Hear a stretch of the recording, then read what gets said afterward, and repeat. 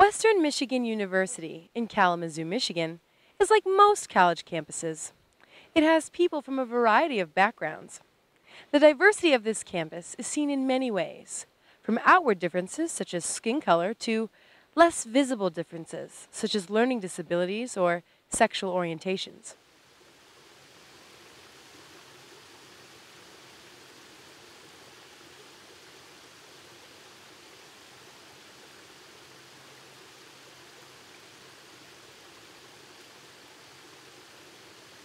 Is there one definition for diversity? What are university administrators doing to encourage inclusion? What should they be doing? What's working and what's not working? How do people from different backgrounds, living and working on the same campus and the same community, feel about diversity and inclusion? We explore these questions in the following collection of stories, which have resonance beyond this campus of over 24,000 students in Southwest Michigan. In so many ways, the challenges and successes of Western Michigan University are present on campuses throughout America. I'm Pasha Shipp, your host through this sequence of 5 short documentaries about diversity on a college campus. As an African American student, I have genuinely appreciated the diversity at Western Michigan University. The campus is a colorful and cultural place with a variety of languages, traditional clothing, and stories from around the world. The following videos were made in response to the Campus Climate Survey conducted in 2013. University leaders commissioned the study to take an in-depth look at diversity and inclusion issues on campus and identify those areas where improvement is needed. The findings showed that the majority of respondents said diversity and inclusion are respected and appreciated at WMU. However, the study uncovered areas of concern. Some employees and students said they were reluctant to report inequitable treatment when it happens. The study found that this campus complies with non-discrimination guidelines. But is it truly multicultural? The findings suggest not yet. But before we start, I want you all to take a moment to think about what diversity means to you. It's a word commonly used, but what does diversity mean? The dictionary definition of diversity is the state of having people who are different races or who have different cultures in a group or organization. But our first video shows that there are many, many other ways of defining diversity, depending on each person's own experience.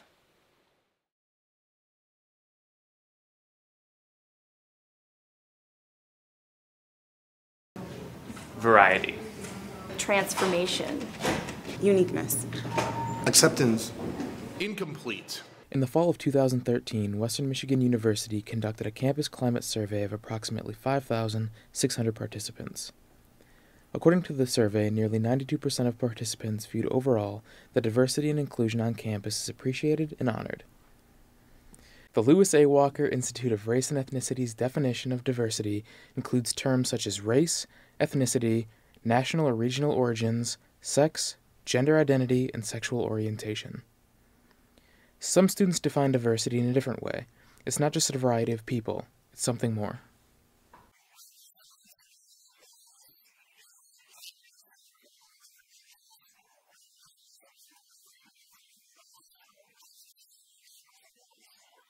Diversity to me means embracing the different people that live in the world and, accepting them for who they are and what they are. Diversity to me simply means variety and difference in a group. Diversity means to me the expression of uniqueness and its importance in the world. I think it's really important that we recognize as many cultures around the world how important it is to be unique. That's what drives everything we do, and sometimes it's taken for granted, but with the way the world keeps going, I think it's going to be more accepting. our professors such as Dr. Susan Freeman break down diversity even more. For a lot of students who come from Michigan, this is a more diverse environment than they've encountered in their hometowns, in the suburbs and cities that they live in. And I think for faculty, for sure, a lot of the faculty on campus come from many other places. So a lot of us come from places that are more cosmopolitan or more racially diverse or more integrated. I would say, actually, I think the visibility of LGBT students on campus and LGBT community on campus is something that also strikes many students as novel and different from what they're used to in their hometown. Cheryl Rowland, Executive Director of University Public Relations, and Timothy Reddy, Director of the Lewis A. Walker Institute of Race and Ethnicity, define diversity as, lots of people from small towns, a few people from big towns. It can mean people from all over the world. It's people who think differently on topics than I do, politically differently, people who have different learning styles. There's just an enormous number of qualities that can factor into diversity. Diversity is a fact, and I think that when a lot of people use the term diversity, they mean creating a welcoming environment for people from diverse backgrounds. And to me, that is a very important goal, but it's not diversity itself. It's really building a community that is respectful of diversity. With everyone's input in mind, Western is hoping to add more campus events to make the university more diverse. We're very confident that we're doing a very good job in promoting diversity and multiculturalism on campus. But we're a big institution, and if you take our student body and our faculty and staff, folks all together, we're talking about some 30,000 people. So in an environment with that many people, there's always some pockets of some problematic areas. There's some people who don't feel included. There's people who don't feel respected. You don't see that when you just take one of those broad swaths and you say, how do you feel about diversity at WMU? And most people say great. But even with the university hoping to add more events, it's not enough exposure. It's always the same students attending the event. Students want to get the word out. I think that students, as best I can tell from everything from the surveys and from students I know, I think students want to be respected. They want to learn. I think that there is an awful lot of learning from each other that can and should go on, and I think that there's probably more we can do as a university to promote, how we can learn. I think that with our international program, they're doing a really good job at it, bringing people from different places. If anything, I would just say that they should hold more events in which the people from different places or ethnicities or religions or whatever it might be can come together and share ideas.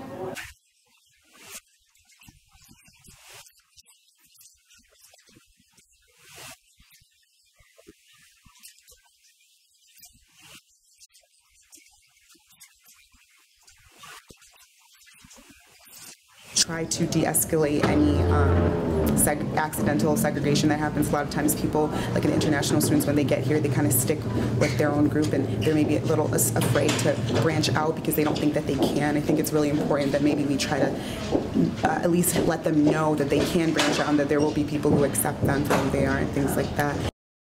See what I mean? People define diversity so differently.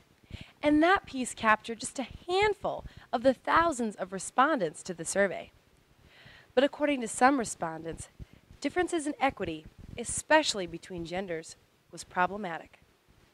Based on a study conducted by the Institute for Women's Policy Research, women make 77 cents for every dollar a man makes.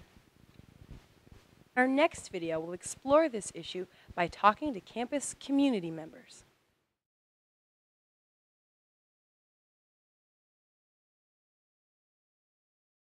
Dear President Dunn, I am writing as an individual faculty member to express my surprise and worry over the contentious way the gender equity pay process has unfolded, Dr. Lynn Heasley writes in an open letter from the Department of History.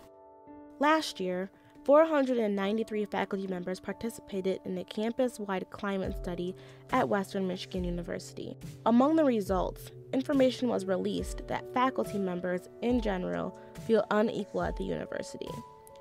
According to WMU transparency reports, on average, male faculty members earn a higher salary than females. Some male faculty members earn as much as 11% higher than their female counterparts.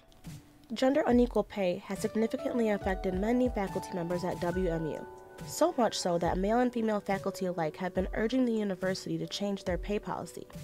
Associate professor in the Women and Gender Studies Department, member of the Women's Caucus in the College of Arts and Sciences, member of the AAUP, and political scientist Professor Ashlyn Kirsten has made gender discrimination part of her life's work due to how gender inequality has affected her. On a personal basis, the pay inequity that I've suffered has cost me about $150,000 over the course of my career. That would count contributions to my retirement and actual money in my pocket. When you realize that you're getting paid less than a man that you work with, particularly on a university campus where we have the exact same level of education, you question your abilities and wonder if there's something that you are doing wrong. Maybe you're not working hard enough. Maybe you're not producing as much quality work. What has happened here on campus at Western is tragic. Provost Tim Green is responsible for allocating faculty salary throughout the university.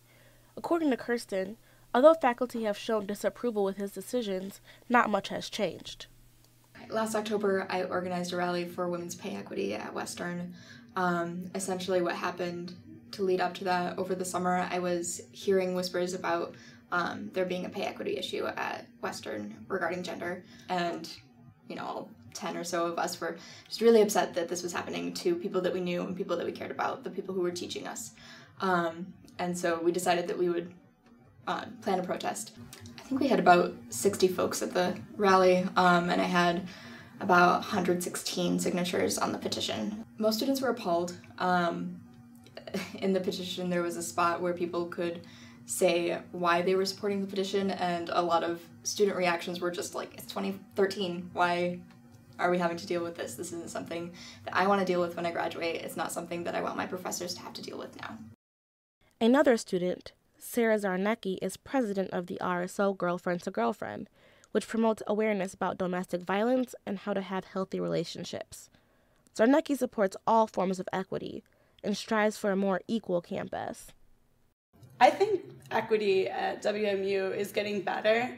If you think of it as a bridge, the other side meaning, yeah, we're there, everyone's treated so fairly. I think we're in the middle. I think in comparison to a lot of campuses that I've been on, we are really making big positive strides to making sure that everyone feels comfortable here, no matter men, women, gay, straight, anyone. Zarnecki shares her opinion on gender equal pay. The pay difference in general, not even on Western's campus, is something that when you hear about it as a woman, and a woman who wants to be powerful and wants to be known in the community, it's scary knowing that I'm going to graduate and I might be just as qualified as any man, that I will automatically make a lesser rate. It bothers me and it worries me. If I have kids, if I have a daughter, is this still going to be a problem years from now? Even though we might have a cure for cancer, a cure for AIDS, or all this stuff that's a little pill that I don't even know what it would do. But it would bother me if this was still an issue in the future. Zarnecki fears for the future, and for Dr. Kirsten, gender pay inequity have forced her to make tough decisions about hers. Do you have any children? No, I do not have any children. I started my job at Western when I was 30, and then, as well as now, we do not have a paid family leave policy. And I just couldn't see giving birth and coming back to teach 2 days later. I really admire my colleagues who managed to do that, but I couldn't do that. I wish that I could have made a decision about children that was not based on economics, but I did not have that luxury.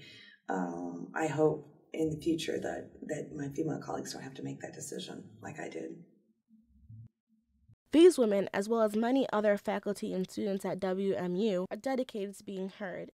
So it's been 50 years since women were supposed to start getting paid equally, and still here we are in 2013, and women aren't getting paid equally at a university that is supposed to be ahead of its peer institutions when it comes to equality and diversity. I think WMU, the smartest thing that they can do is be ahead of the curve. What they really should do is they should start taking a look at how they can change it, how they can make equality, especially gender equality, within the pay system. They need to make steps to make sure that they are doing what they're doing to look good. Universities are on the forefront. Western has an obligation to demonstrate to our students the importance of gender equality with regard to pay equity. The history department at WMU, as well as the AAUP, have written letters to the university showing disapproval for the way pay equity has been handled and demand change. Executive Director of University Relations, Cheryl Rowland, speaks on behalf of the university. Those faculty members' letter was read.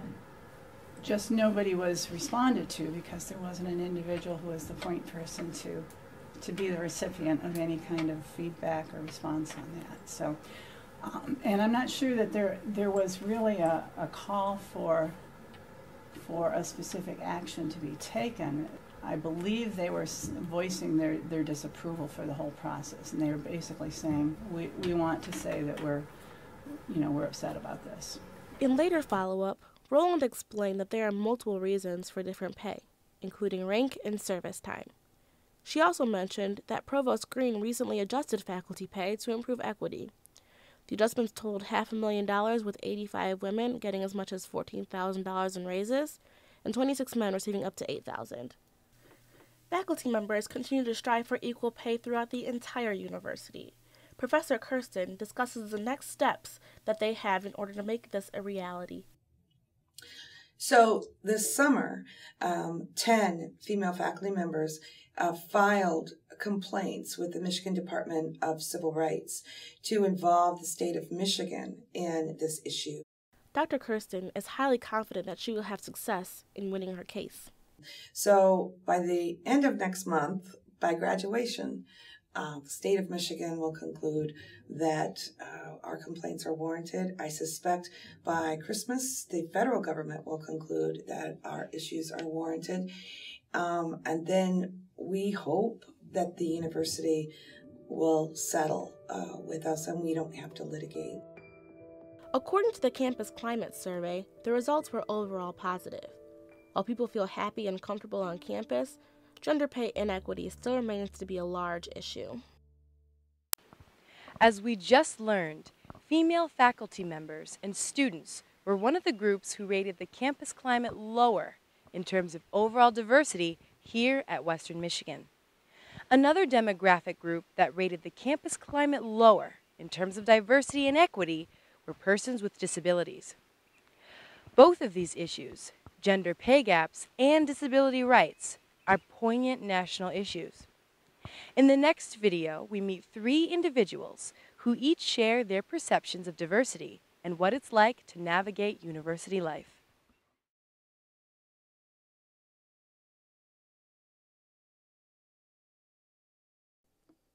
Welcome to Western Michigan University, a campus that covers 1,200 acres in its entirety, and on main campus is mainly built on hills. The campus prides itself on diversity and has many resources for its students, staff, faculty, and administration. Yet members of the WMU community with disabilities rated the campus climate lower than those without disabilities in a recent university-wide study. My name's Elaine Mueller. I've been at Western for a lot of years. First as a student, and I've been teaching at Western for the last 15 years plus.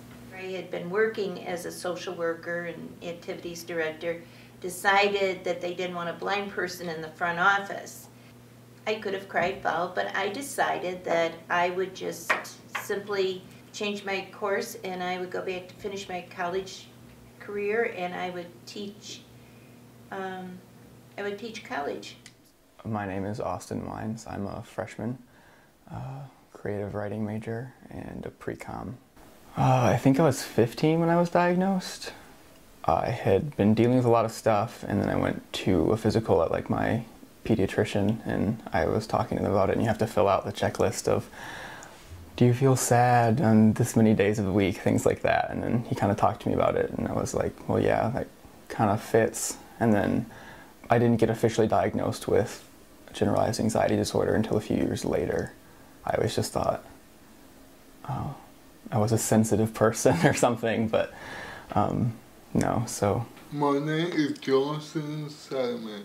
My major is BFA in painting, and I'm going on my third year at Western, Michigan. Johnson, who was born with cerebral palsy, came to Western his freshman year from Miami, Florida. Johnson came to Kalamazoo along with his brother Johnny, who plays for the Bronco football team. To me, in the back of my head, I'm just like everyone else. And then when people say, oh, I'm different, it was hard to accept that. I was angry at God. I even got to a point of committing suicide because it was so hard. 1 in 4 young people between 18 and 24 have a mental illness, and that's just a diagnosable mental illness. There could be hundreds of other people on this campus who are dealing with these things and don't know the symptoms and don't know the signs, don't know that it's treatable, don't know that it could get better, don't know that it's temporary, and that's holding them back. Out of the over 25,000 students at Western Michigan University, approximately 800 have a registered disability. Out of the WMU population with disabilities, 216 participated in a recent campus climate survey on diversity. The results showed that of those who identified as disabled, 43% also said they were discriminated against. Of those who did not identify as disabled, 26.8% said they felt discriminated against. Well, let me just say that you get used to being treated like a second-class citizen. Regarding the survey of the campus climate, the fact that those with disabilities rated the college climate lower, I can easily believe that. You know, that one puzzles me because we really do have an incredibly comprehensive series of resources for students and faculty and staff with disabilities. According to Jane Fraley-Burgett, Director of Disability Services for Students, there are a number of services available to students with disabilities. The school has a lot of resources that I can choose to take or not, and I haven't. NICUS has counseling and things like that. I think the resources are there, and it's just my job to utilize them or not. I don't take advantage of any services. I never have. I've done it all on my own. I haven't. If I can't do it on my own, then I don't think I should be teaching. And I don't like help. It's a great service and do a great job helping the student out. In a lot of ways, the campus climate hasn't changed very much since I've been a student here. There seems to be the same problems, especially this winter has been really horrible. Western has never kept up the sidewalks very well. They always keep them nice and slippery, bogged down with snow and ice, and it is so difficult to get around. Thank goodness for my dog guide. The people that I will say who have been the most helpful and supportive are the students for the most part. I love Western students, and I only get the best Western students in my class. So I have to say that the students at Western are absolutely wonderful. Fraley-Burgett said one way the university can enhance the perception of the campus among students with disabilities is by educating and training the Western community about disabilities. I think it just needs to be more of an open discussion, more of an open topic where people aren't ashamed and they can freely talk about self-harm and depression and suicide and feelings. It's weird to think because everybody has feelings, but a lot of times it's a really taboo topic to talk about how you feel nobody wants to hear how you feel. I don't know, maybe I'm just mushy, but. My idea is that I would like to get some of maybe the trustees, maybe President Dunn. I would supply the blindfolds and canes on one of those bitter winter days and say, okay, go to it, find your way around. I would like to see more unity among the students, among campus organizations, especially those dealing in areas of diversity. Maybe there could be a coming together, a meeting of the minds, then more would be accomplished.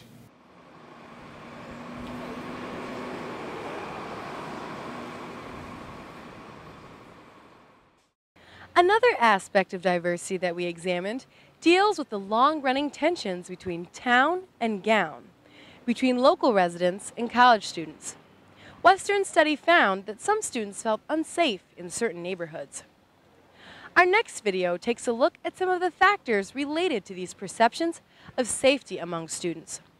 Our reporting team explored the socioeconomic and geographical diversity that college students encounter when they go beyond campus borders.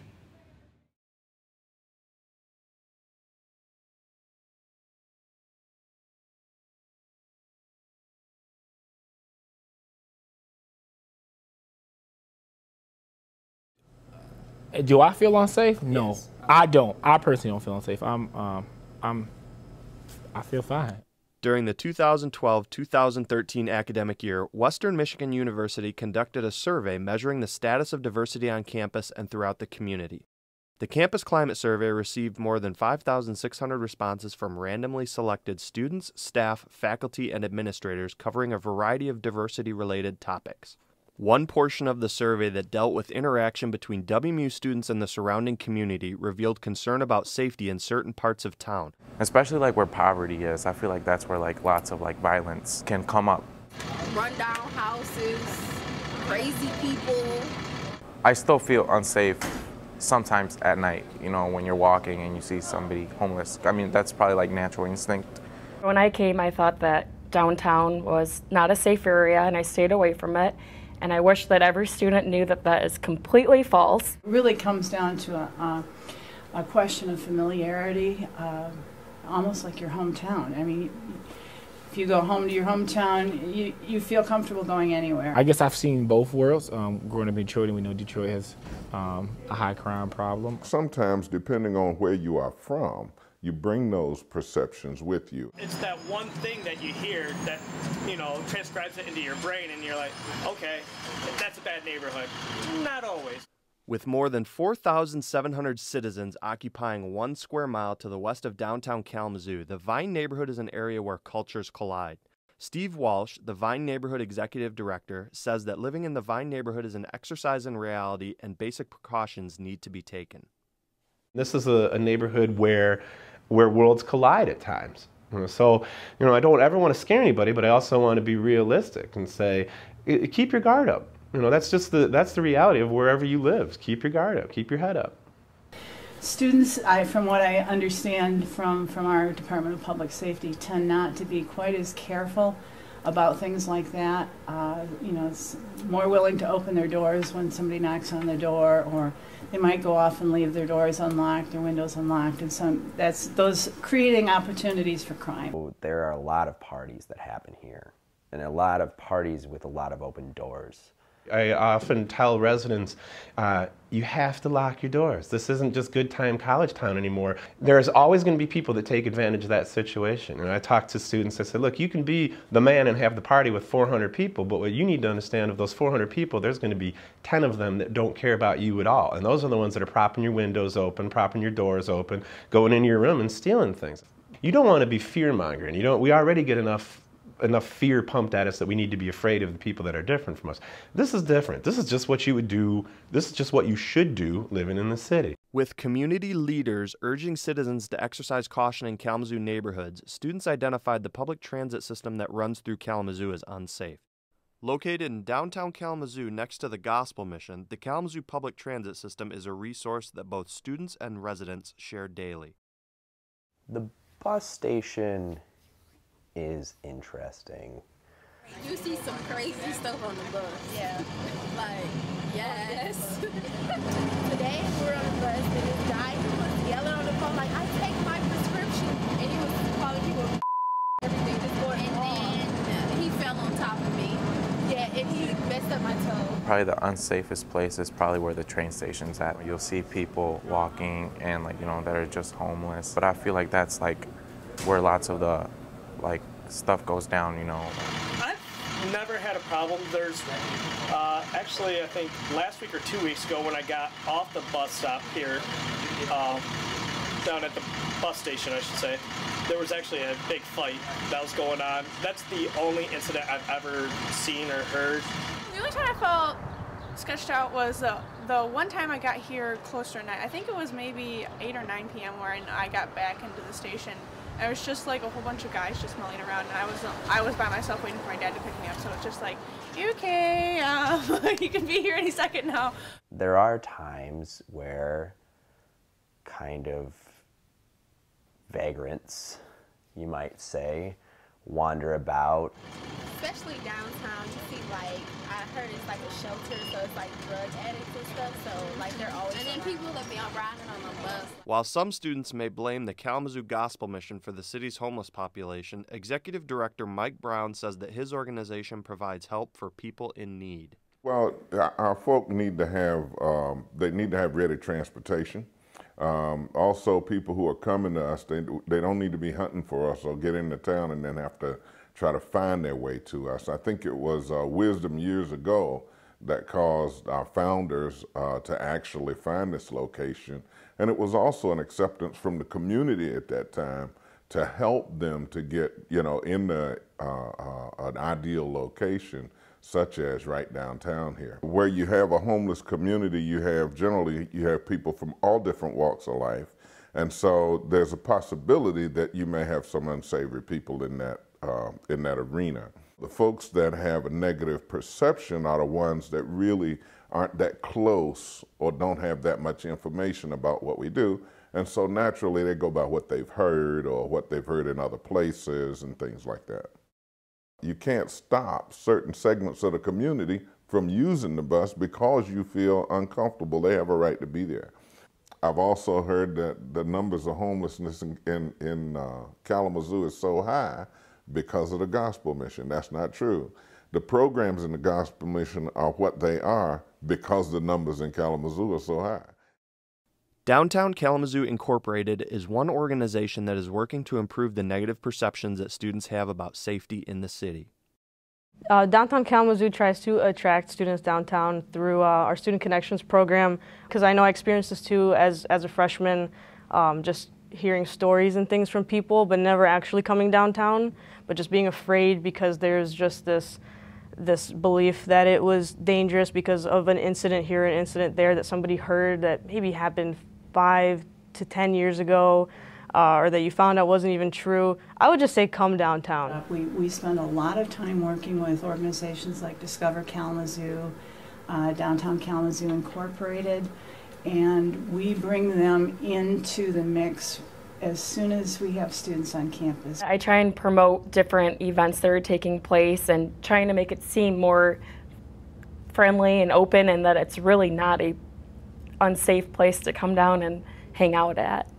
Community leaders say that education and engagement is the key to altering views about safety in Kalamazoo. I think education is the key for people to understand and know more about what you do. The perception, a lot of that falls back on my shoulders in terms of education and continually trying to get the word out there and tell folks, like, these are some of the things that you need to do. It's all about how do you get the information out. It's a continuous effort to reach out, especially to the students. Even if I did happen to walk down West Main one day and somebody robbed me or something, just the way my perspective on life wouldn't even allow that one incident to make me have a negative view of Kalamazoo in general. It would be just that one time something happened, because the question, crime is going to happen. I mean, stuff will happen to people. I think how we perceive those things really matter a whole lot more.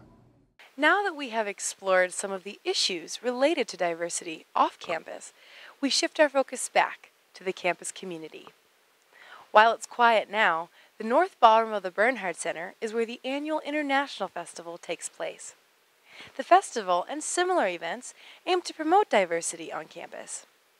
Our next video shows other initiatives the university has in place.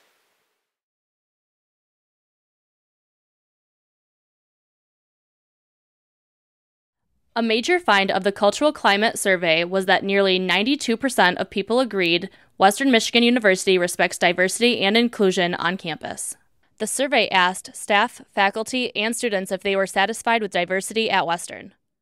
White students expressed higher satisfaction rates with diversity compared to all other racial ethnic groups. People with disabilities, religious minorities, the LGBT community, female faculty, and female administrators were also not as satisfied. Although white students expressed higher satisfaction rates concerning diversity, research found incoming white students were from primarily white communities. Director of the Lewis Walker Institute, Dr. Timothy Reddy, explains.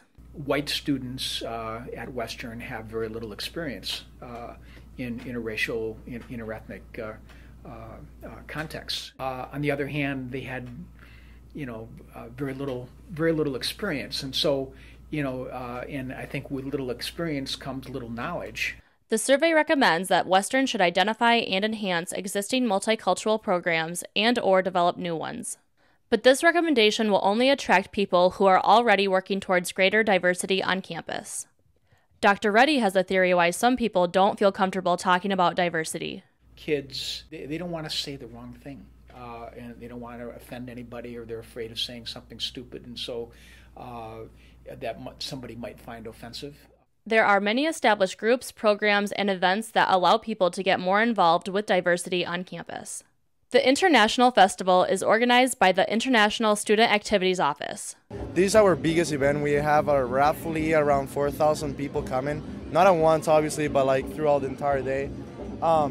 We're sponsored by Western, obviously. We cannot afford the whole thing.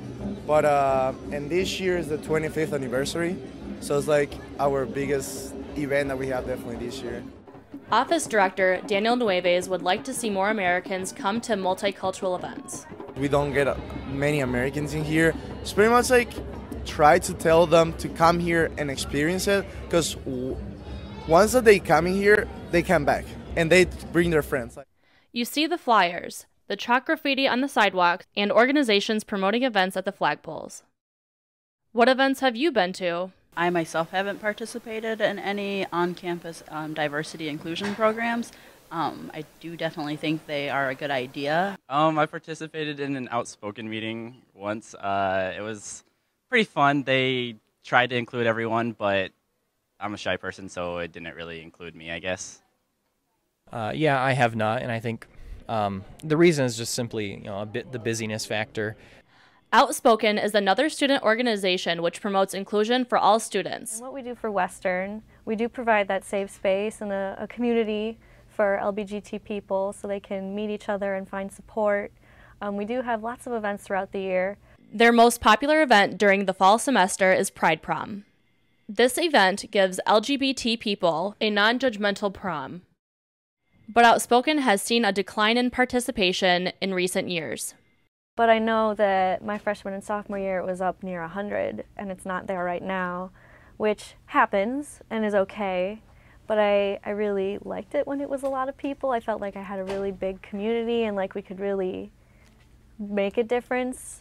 We still make a difference now that we're smaller, but it's harder sometimes to get enough people, enough person power behind it. Now that the survey has been released, the university is taking steps to make Western more diverse. Executive Director of University Relations, Cheryl Rowland, explains. Well, the report's fairly new. It was actually only presented on campus in October. So all of those recommendations that you find at the end of the report are still somewhat being digested. I would say that that it's being followed up on at some of the highest levels at the institution. Well, the Tactical Action Committee that you reference is part of the university's overall strategic planning initiative, and I think it's important to note that In the university's 3-year strategic plan, there are 5 major goals. One of those is promoting a diverse and inclusive campus. So, the Campus Climate, Diversity, Equity, and Inclusion Tactical Action Committee is overseeing this goal. The 4-member community is working to create changes to the cultural climate on campus. Program Director Tiara Marshall explains how programs help create change at the university. This cyclical relationship between the organization that you want to create structurally and the people who inhabit that organization. And you have to do both. And so when we talk about programming is what happens, some of what happens between that. And so you need folks to be equipped for this new thing that you're doing. It helps people to, either through professional development or training or classroom work, it helps people to inhabit that new system that you're trying to create. So it's necessary, but it's a part of this much larger picture, I think. Member Mary Zoyer Anderson explains why individual and systematic changes are important. Sarah said, that's really true, that the individuals have to show up and do the work. And if we put systemic things in place that sustain that work, then more people can. And when people aren't, there's a system for trying to help them, right? Because it really does have to be at both levels to sustain it. Students have the opportunity to diversify their college experience by attending the various events, programs, and organizations on campus. I'll say what I always tell people, be the change that you want to see in the world. It really, we're kind of moving into a different way of working in the world, period, where there's more collaboration. And the reason for that is because we recognize that, one company or, one person within a company can't do the hero thing over and over again. We really have to have folks working together, coming up with really great solutions that have the opportunity to sustain because of the collaboration and the work that goes into developing them, because you're hearing from the voices of all the folks who are at the table. Now, after we have delved into all of these topics related to diversity, it is evident that defining diversity and understanding the experiences of all members of a community is no easy task. What are some of the challenges and successes that your community is facing in terms of diversity?